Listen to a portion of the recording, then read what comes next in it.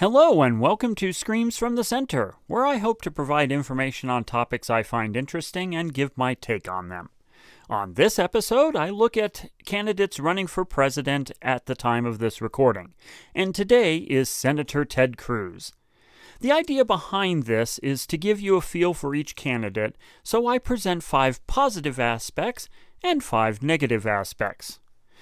These are, of course, my opinion, and they're subject to your whims. So now that we've got that out of the way, on with 5x5. You take the good. Ted Cruz has an impressive educational career. Ted Cruz attended 2 private high schools, Faith West Academy in Katy, Texas, and Second Baptist High School in Houston, Texas, from which he graduated valedictorian in 1988. Cruz went on to college and graduated magna cum laude at Princeton University with a Bachelor's of Arts in Public Policy. Moving on to Harvard, he graduated again, magna cum laude, in 1995 with a Juris Doctorate degree. He was also editor of the Harvard Law Review, a prestigious publication in legal circles, of which people like President Barack Obama was editor of. Cruz is a renowned debater. While attending Princeton, he was in the American Whig Philosophistic Society debate panel, and he won the top speaker award at both the 1992 U.S. National Debate Championship and the 1992 North American Debating Championship. He won Debate Team of the Year as well in 1992. At Harvard, he had an equally successful career debating, only losing once in 1995. We've seen rather decent performances of him in the GOP debates, so it's something that any candidate who runs against him has to cautiously pay attention to. His lack of elected office experience is seen as a plus by his followers. His election in 2012 to the Senate is the first elected office he had. He was Solicitor General of Texas, which is an appointed position, and he was appointed there in 2003 by then-Governor Rick Perry. He's worked for other campaigns, but never ran until 2012, when he ran as the Tea Party darling in Texas for senator. Cruz is well-spoken.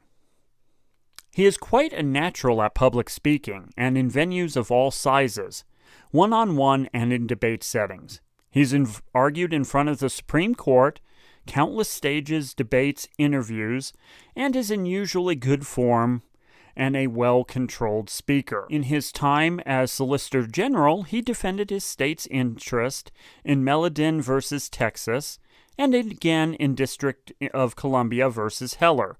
He defended the Ten Commandments Monument in front of the Texas State Capitol, winning a 5-4 victory in Van Orden versus Perry. You take the bad. Cruz is a religious zealot. Cruz's upbringing instilled him with a sense of destiny about becoming president. This was done by his father based on his take on the Bible. Cruz now gives political speeches steeped in religious wording, idolatry, and much in the same as an evangelical preacher would. He has promised to protect faith, but really means that he's out to protect the Christian faith. He's out to protect them from doing jobs, both public and private, if it differs from their proclaimed faith. Examples of this include defending Kim Davis for not doing her job and asserting her religion over federal law and her job. He supported students' rights to display banners containing religious content at school sporting events, regardless of it promoting religion in public places. He led the way to preserve the words "under God" in the Pledge of Allegiance at the Supreme Court. Again, this is despite the fact that it was inserted in 1954 and has no true historic value or benefit. His defense of the Second Amendment is comical. authoring a bill to allow sales across state lines, making guns used in crimes easier to become untraceable and untrackable. He supports the Nullification Act, which is a former Southern concept that a state can choose to ignore a federal law in areas that are traditionally considered federal jurisdiction. He's one of the leading NRA defenders of the Second Amendment and holds an A rating from them. His tax policy is a disaster in making. Cruz has proposed a modified flat tax, that is paid as a regular income tax that still has deductions in it. He proposes a family of four making $36,000 or less pay no taxes. Lower income people are granted up to a $10,000 deductible as a standard deduction and a $4,000 personal deduction. Everyone, regardless of income, pays 10%.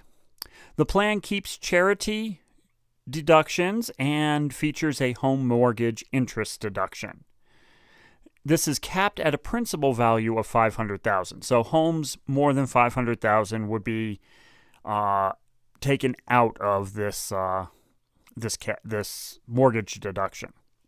Corporate rates would be a flat 16%.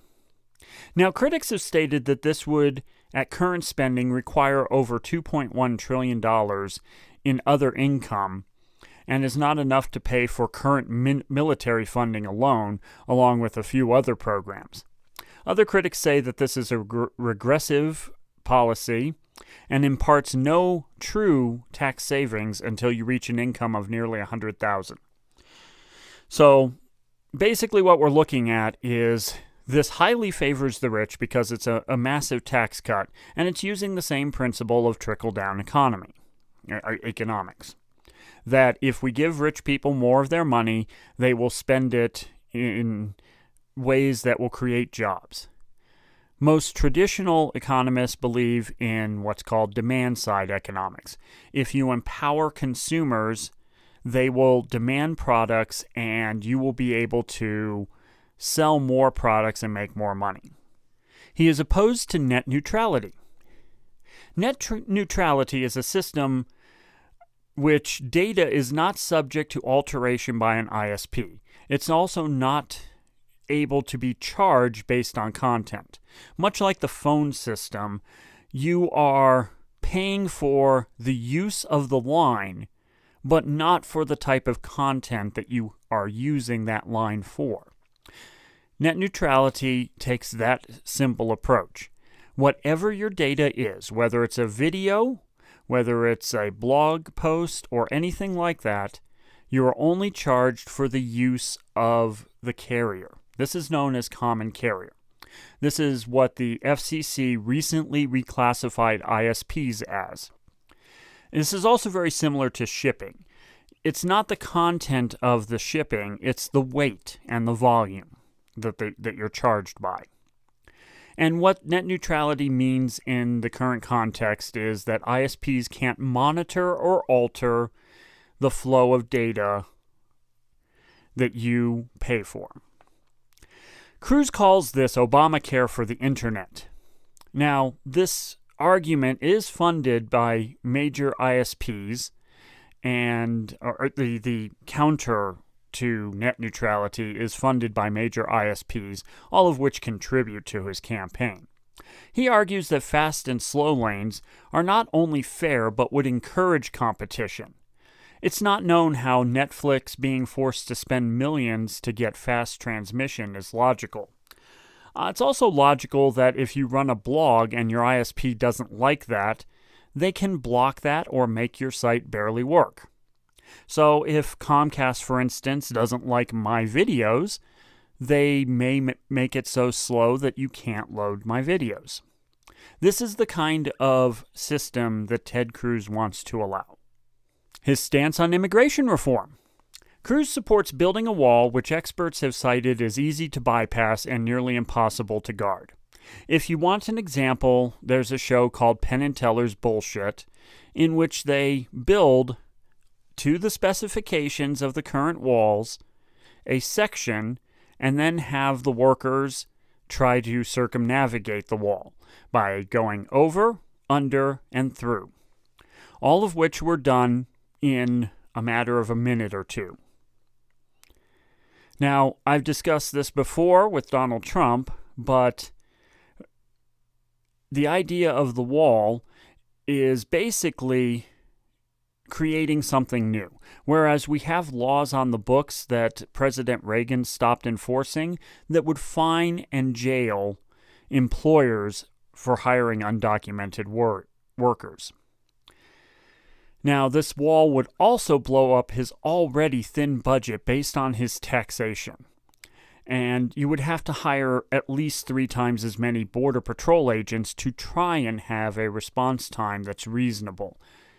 Also, if you add technology which can detect breaks or passages through this wall, that's an additional cost. So, most experts do believe that enforcement on the side of employers is cheaper and gives you the better outcome.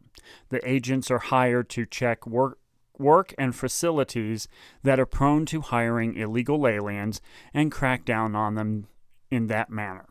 So, you take them both, and there you have Ted Cruz. Thank you for joining me in this episode of Screams from the Center. Please leave comments below on how I can improve. Please subscribe, like, and share this video. My blog is at screamsfromthecenter.wordpress.com, on Twitter at ScreamsFTCenter, and on Facebook, Screams from the Center. Thank you.